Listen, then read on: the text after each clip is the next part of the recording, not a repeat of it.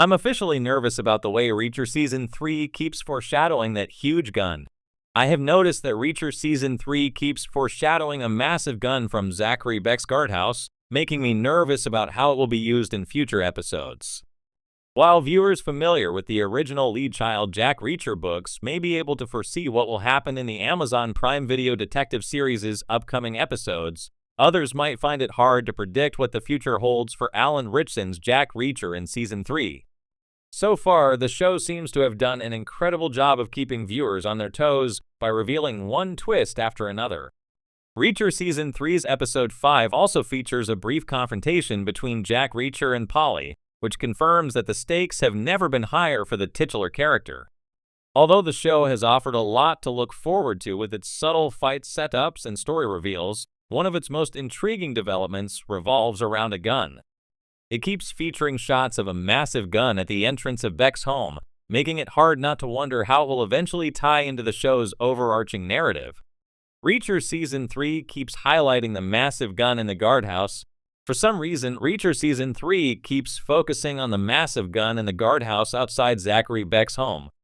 Even Season 3's Episode 5 highlights the gun when Jack Reacher returns to Beck's mansion after helping Villanueva kill one of Beck's bodyguards. Although Reacher does not seem to think about using the gun, the show's continued emphasis on it creates a looming sense of tension, hinting that it will come in handy for the main character in a future story arc. So far, Reacher has avoided raising any suspicion from Beck and his men.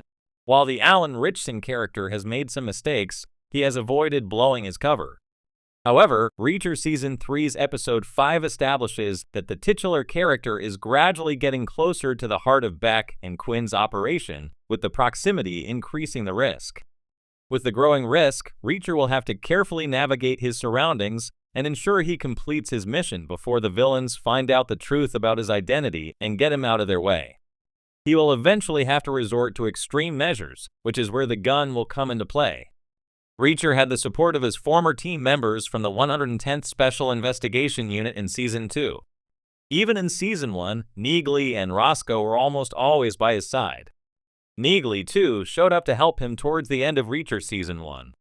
In Reacher Season 3, however, he is all by himself.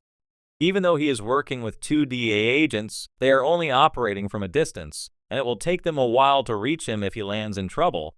Owing to this, when things go south and Reacher finds himself outnumbered by the bad guys, he will need a solid weapon at his disposal to fend for himself. This is when he could use the massive gun from the guardhouse to single-handedly take down many bad guys before the DEA agents arrive with backup. However, given how Polly usually stays in the guardhouse, the Alan Ritchson character will have to first get through Polly in Reacher Season 3, which, after Episode 5, seems like a nearly impossible task. Okay, so I've watched Reacher Season 3 twice now. Once for the sheer excitement, the crunchy sound of Jack Reacher's punches, the brisk pacing, and Alan Ritchson's towering presence bulldozing through any kind of threat with terrifying efficiency. The second time, I watched it with a notepad, because something kept nagging at me, something loud, ominous, and barrel-shaped. That gun. That huge, ridiculous, horrifying gun they keep hinting at. Let's be clear, Reacher isn't a subtle show. That's not a complaint.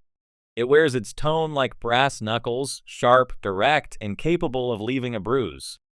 But the way this season keeps circling around a single weapon is almost poetic. It's not just a Chekhov's gun, it's a Chekhov's rocket launcher strapped to a bear. The kind of thing you just know is going to go off eventually, and when it does, it's not going to be pretty. So let's unpack this. Because I am officially nervous. The gun in the room. From the very first episode of Season 3, the camera lingers. A black duffel bag being transferred in a covert exchange. A classified file with a blurry photograph labeled Mix Phoenix, do not engage. There's a scene in Episode 2 where Reacher walks through a weapons depot and pauses, just for a moment, in front of what looks like an anti-materiel rifle modified for urban warfare. The camera doesn't shout about it. It hums. You can almost hear it. This matters. Then there's the dialogue. Characters keep bringing it up. We never should have built that thing. It's not a gun, it's a message. You really think he's crazy enough to use the Phoenix? The gun's name, Phoenix, is dropped with all the gravity of a missile warhead. It's not just a weapon, it's practically a character.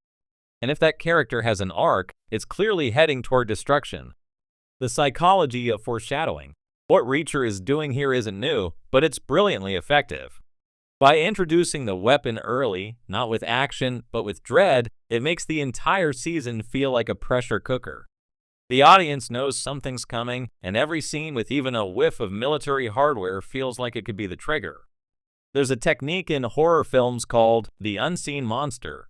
The idea is that what we imagine is far worse than what we actually see.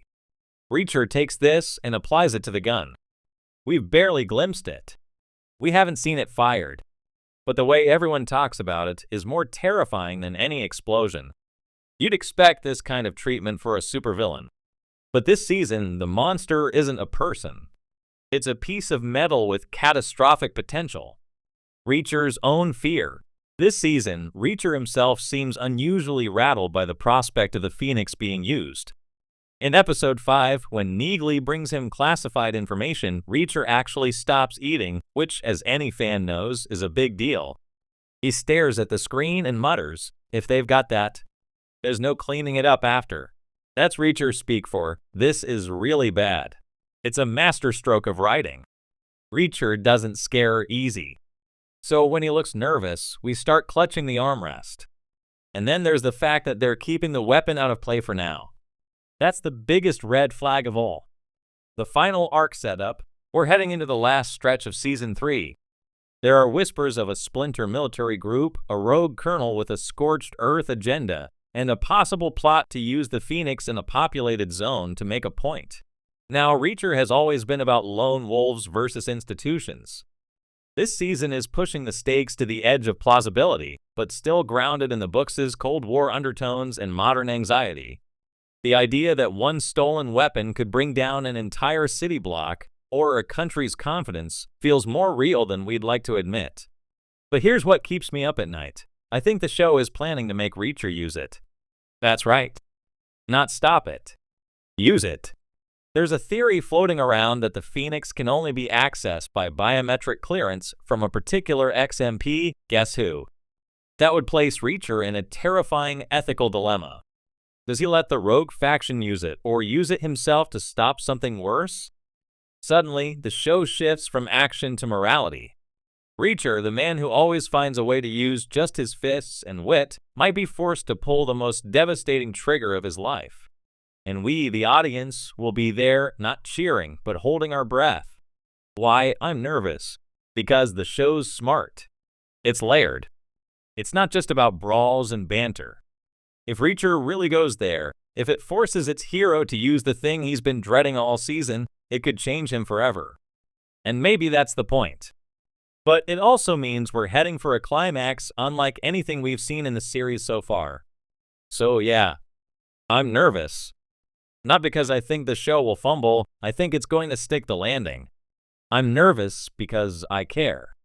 Because this season has weaponized anticipation better than any thriller on TV right now. And because that damn gun is just waiting. Let's hope Reacher doesn't have to fire it. But if he does,